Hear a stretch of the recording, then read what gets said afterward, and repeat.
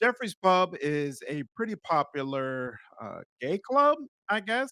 I've driven past that spot, that area, like, a ton of times, never really noticed in this place, but apparently, the gay folks in Chicago love it, and, there was an altercation outside where some folks got into some sort of argument, they were fighting, and a car purposefully sped up and hit some of the people that were involved in the altercation. And the cops have come out and said, hey, we believe that this was intentional. So it wasn't like the car just so happened to be speeding and accidentally hit some folks that were fighting. No, no, no.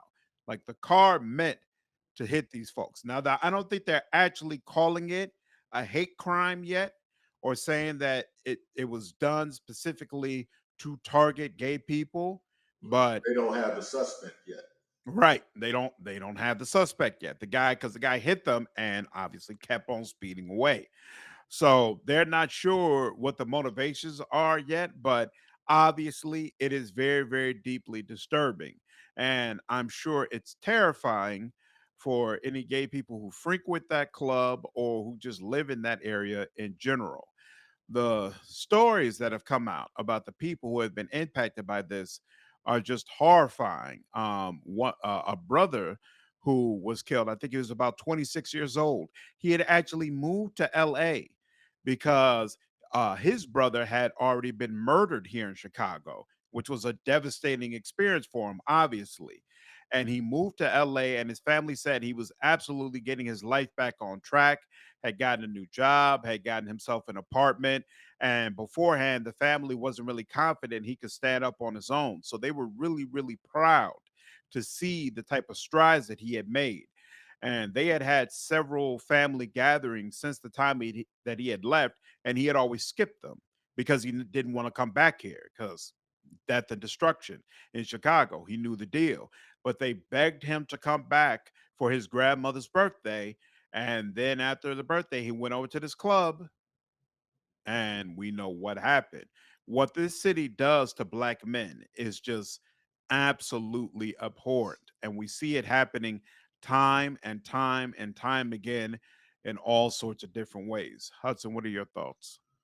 So, for those who don't know, the Jeffrey Pub, and I didn't know until this story came out, but Pub is one of the longest running gay clubs in the country, right? And it's Wow, just, really? The yeah, country?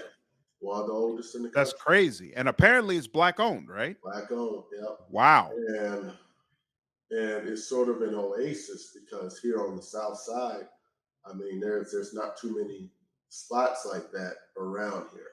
So like you would have to go to the North Side or wherever else to find a spot where you feel safe to be who you are. Yeah, Boys And Town. and so for them, like this is like I said, this is their spot. This is the one spot that they can come to without having to travel 20 miles to Hmm. be them. And so, it's just crazy that this happened.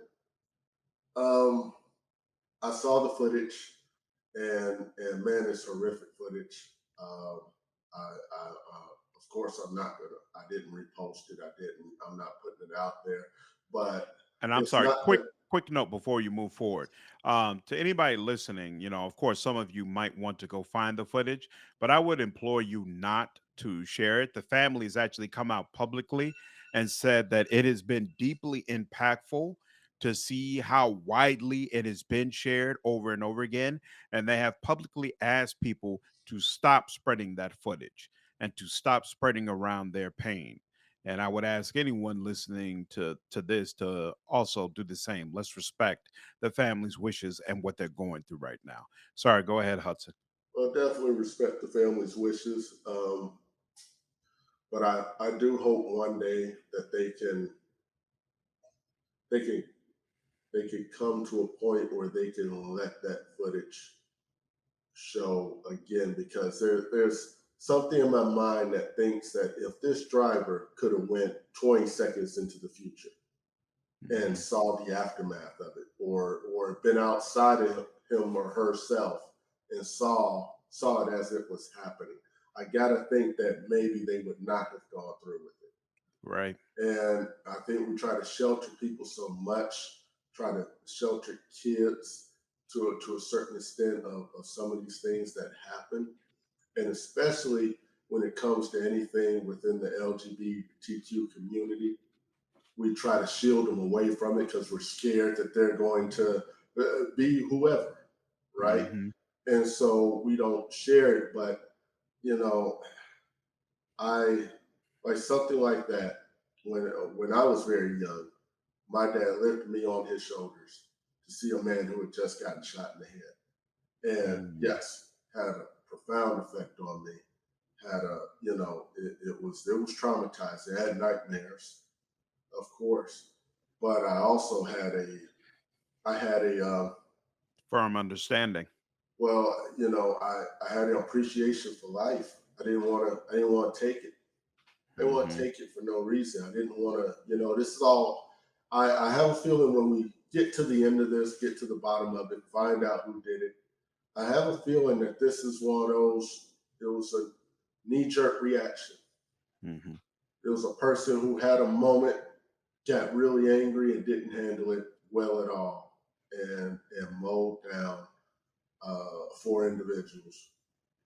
Mhm. And I gotta say, like I said, the footage really got to me very deep. And I and I have passed by that area. I live semi close to the area, so Jeffrey Pub is on 70th and Jeffrey, and let me say that is not a good area. That is Mhm. not a good area over there. That Mhm. has nothing to do with the gay club that's there. It has Mhm. nothing to do with them. It's just not a good area there.